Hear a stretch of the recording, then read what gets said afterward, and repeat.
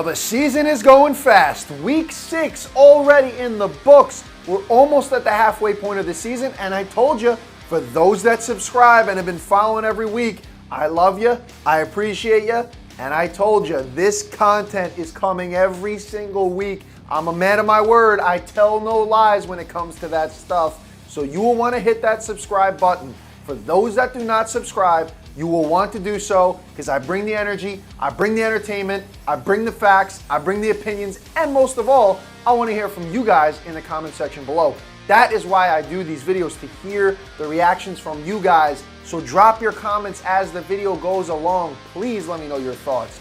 But in this one, week 6, buy low, sell high. It's still early enough into the season where I can still do a segment like this, an episode like this, where we are going to buy low on things and watch them skyrocket, and sell high on things while you can, get your money's worth before it starts to plummet.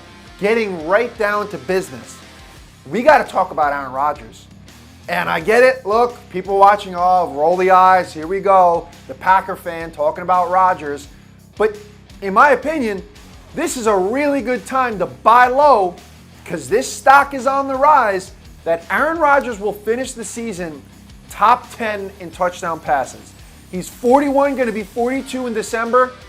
And that one touchdown pass that he had to Hayward, I think in the third or fourth quarter against Cleveland, throwing a cross-body vintage Raj, the guy has not skipped a beat. He is perhaps, arguably, the greatest thrower of the football that we've ever seen, the most athletic specimen, and the greatest pure passer with the football that we have seen. When he gets out of the pocket, doesn't matter if he's 21 or 41. The guy makes plays, and he put it on display against Cleveland through 2 more touchdown passes. I think he's in a perfect fit in this system, in Tomlin's system, in Arthur Smith's system. They run the rock with Gainwell and Warren. There's a good balance there. They've used Jonnu Smith. DK's been an absolute stud for Rodgers. Everything is coming to fruition for the Pittsburgh Steelers, who are now 4-1 on the season. Mike Tomlin and Raj clearly gelling. Rodgers right now is tied for 8th in the league with 10 touchdown passes. I think you buy low now that by the season's end, he's going to continue to fling the ball and keep compiling touchdowns as the weeks go on, because you look at the upcoming schedule for the Steelers just in their next 5. They got Cincinnati Thursday Night Football coming up. 27th in the league. The Cincinnati Bengals defense, ranks in touchdowns allowed per game, 2.2 allowed per game. So you can take a look here for yourself for these upcoming teams that the Steelers have to face. Green Bay, a bit better. They're middle of the road, 1.6 allowed per game. The Colts, another middle of the road team, middle of the pack. I think they're 18th on the rankings, 1.7 allowed. Then you got the Chargers, who are extremely stout in pass defense, just 0.8 allowed per game, 3rd, and Cincinnati again, as I mentioned, 2.2. So Rodgers could have a field day.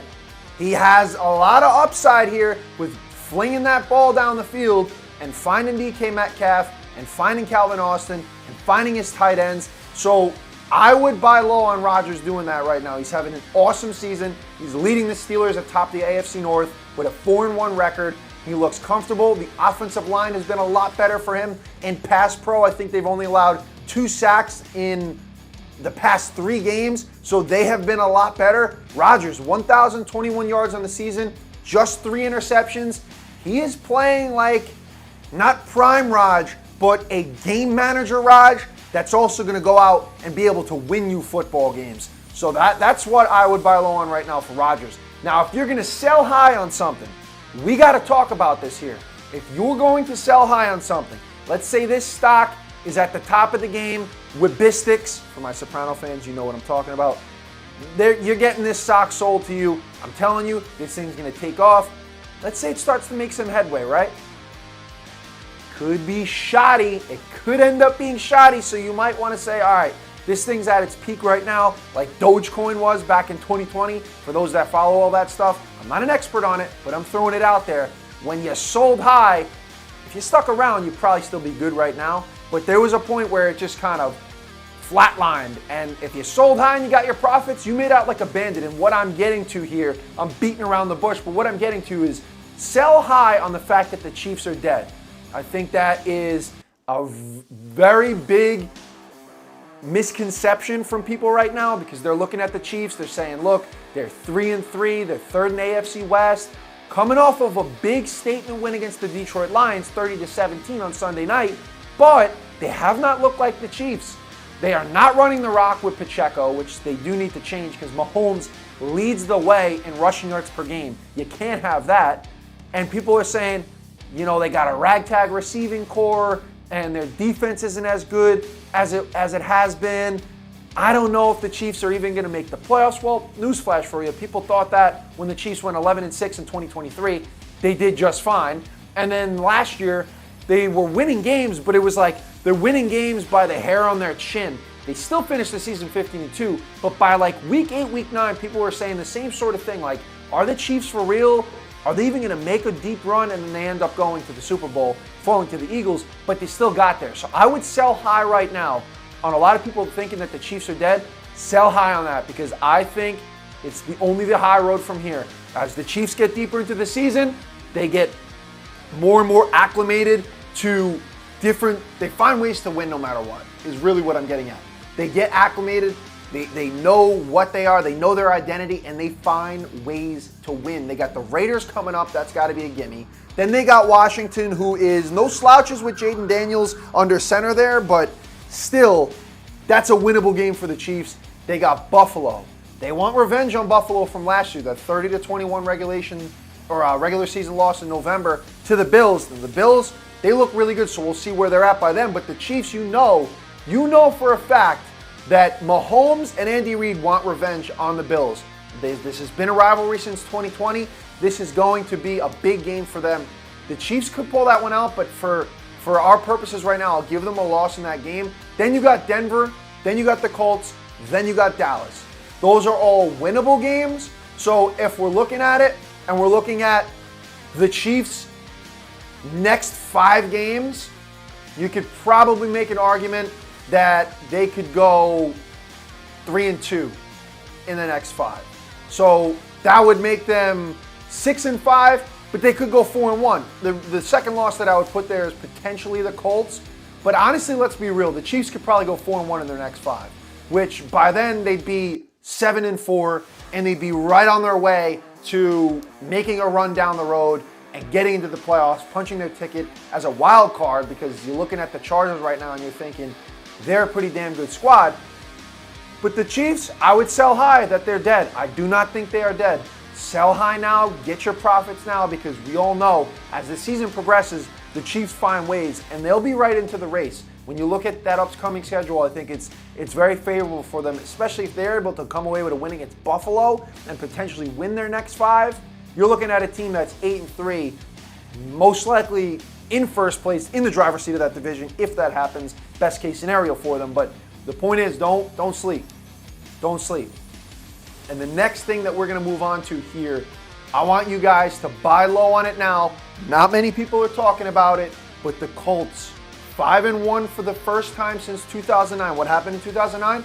They went to the Super Bowl that season, albeit they fell to the Saints, but they went to the Super Bowl. Buy low on Shane Steichen. If things progress and continue to go the way they're going, buy low on him winning Coach of the Year, because the Colts right now are a top 15 defense in the league in terms of defensive yards allowed per game and touchdowns allowed per game. They're top 15. They're the number 4 ranked offense in the league in terms of offensive yards per game and touchdowns per game. The last Colts head coach to win Coach of the Year honors, can you name who it was? Bruce Arians in 2012 with the Indianapolis Colts when they went 11-5. They ended up getting bounced in the wild card that year, but they had an outstanding year. Chuck Pagano, he underwent the procedures for leukemia that season, and Arians took over from week 5 to week 16, turned the Colts season around with Reggie Wayne and with Andrew Luck under center, and they were able to go 11-5 that year. The last Colts head coach to do it was Bruce Arians, and I think that Shane Steichen, when you look at what he's done in his now 3rd season Last year, the Colts go 8-9, below 500. They're dealing with Anthony Richardson injuries. They're dealing with a 39-year-old Joe Flacco. The season was a wash, but now you get Daniel Jones, and a lot of people's heads are turning. I talked about this in my Burning Questions episode from last week about how, is Darnold the real deal? Well, people should be asking the same questions right now. Is Daniel Jones the real deal? Did he just deal with a tumultuous New York media and New York coaching when he was with the Giants? And does he really have the intangibles? Well, thus far, he has showed you that he is the guy. 8 touchdowns to 3 interceptions, 1,502 yards. He's got a 71.7 completion percentage. Daniel Jones has looked really good. Now, people are going to sit here and tell me, well, look at who they played and look at the one opponent that was good that they beat or that they lost to, which was the Rams. They beat Miami week 1. They beat Denver. They beat Tennessee. They lost to the Rams. That was Daniel Jones throwing a pick to Cameron Crowe at the end, trying to make stuff happen with, about a minute or so to go? So that's one game. You can't judge a book by its cover based on one game.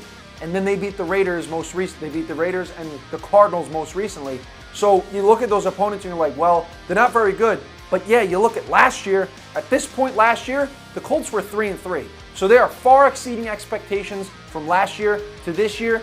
And when you look at the AFC South, not that much competition outside of the Jaguars, who are 4-2. You got the Texans, who are 2-3, and the Titans, who just fired their head coach, Callahan, 1-5. They're looking like a dumpster fire. They're having a historically bad season for their franchise's standards. But you look at the upcoming schedule for the Colts. I think what will determine whether or not Shane Steichen wins Coach of the Year is how they fare in these next 5 games. Because you got the Chargers coming up, week 7. That's no short task. That's going to be a tall task for this Colts team, and really going to give you a barometer. Then they got Tennessee. They should beat them. Pittsburgh, that's not easy. I just talked about Rodgers and how good of a season he's having. That's not going to be an easy game. They got Atlanta, who has Bijan, and Penix has played decent. So that could be a toss-up game. And then they got the Chiefs. And then week 14, a little further on down the line, you got the Jaguars for the first time of the year. By that time, you could be vying for first place in the AFC South.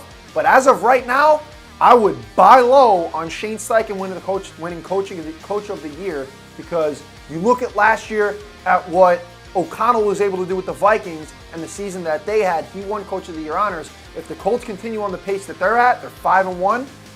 Sky's the limit, but it's going to be very telling over these next few weeks. These next 5 or so weeks, we'll get a better judgment of where the Colts will be at. But by then, the stock could be way high to be buying. So you'll want to buy low right now and sell high way later on in the season when it's looking like, all right, Steichen is a lock. So put your money down now, because you will want to buy low right now on Shane Steichen winning Coach of the Year. And to round things out here, something that you should be selling high on, Josh Allen to win MVP. That's right. I said it. Josh Allen to win MVP. Get your riches now and sell, sell, sell. It's not like Wolf of Wall Street. Pick up the phone and start dialing. No. If you're going to pick up the phone, you tell them you want to sell your shares, because Josh Allen to win MVP, the performance that he just had on Monday night against the Falcons definitely doesn't help his case with the 2 interceptions and the turnover on downs that the Bills had in the third quarter of that game. They fell to Atlanta in that one 24-14.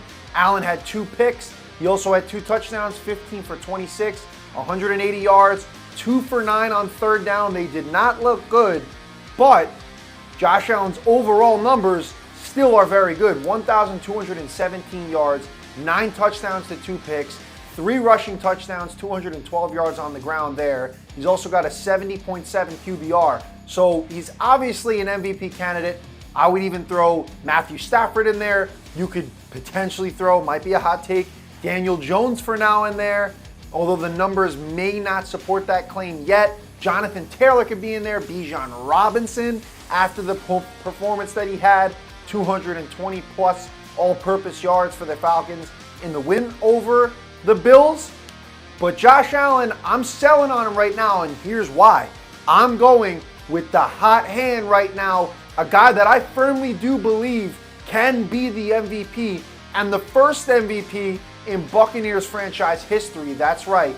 I'm going with the Bake Show. Baker freaking Mayfield. Look at these numbers here. Baker Mayfield has been on an absolute tear. He's fourth in the league in passing yards with 1,539. 12 touchdowns, that's good for third most in the league. 1 interception and a 70.6 QBR rating. You see it there. The Tampa Bay Buccaneers, 5-1 atop the NFC South. They have pulled out wins. 4 out of their 5 wins, they have pulled out by 3 points or less. They are like the cardiac Cardinals in, what was that, 1975? You had Jim Hart at quarterback. You had Mel Gray at wide receiver, Terry Metcalf at running back. That 75 cardiac Cards is what we're seeing right now with the Bake Show. They went 11-5 that year in 75. Let's see what the Bucs can do, but they are on a roll right now, cooking with Crisco. And you look at the win that they had against San Francisco. Didn't mean for that to rhyme, but it did. 30-19 victory. And that 3rd and 14 that Baker was faced with, gets out of the sack, scrambles forward. Instead of going out of bounds or sliding, he wants the first down, and Baker's gonna get that. He trucks over defenders, puts his heart out there on the field, game in and game out, gets the first down for them. He goes 17 for 23 in that game, 250 plus yards, 2 touchdowns in that one, coming off of a real high here with that victory. Baker Mayfield should be an MVP favorite right now, in my opinion. And you look at the opponents that they got coming up, it's really going to tell if he can stand the test of time. He's got Detroit coming up, he's got the Saints, the Patriots, and then Buffalo and the Rams. Those are going to be some test games for Baker and this Buccaneers team. And keep in mind, most valuable player, it usually goes to the team with the winning record and the guy with the flashiest stats. But you also got to think, at the heart of the award, lately, Baker Mayfield's been doing it without very much help. Jalen McMillan's hurt. Mike Evans has been hurt. Godwin's back, but he's not really back yet. Ibuka just got hurt with the hamstring injury. He doesn't have Bucky Irving. So Baker Mayfield is making things happen with the guys that he has around him. He is winning games, winning football games, and winning a lot of them while having good stats. While you're at it, usually leads to an MVP award. So let's see if Baker and the Bake Show Buccaneers can continue the trend that they're on. But they are on a tear right now. So that is why I would sell high on Josh Allen. Hit that subscribe button, hit that comment section below. I want to know any and all of your thoughts. Hit that comment section and let me know, baby. We keep rolling on to week 7 we go.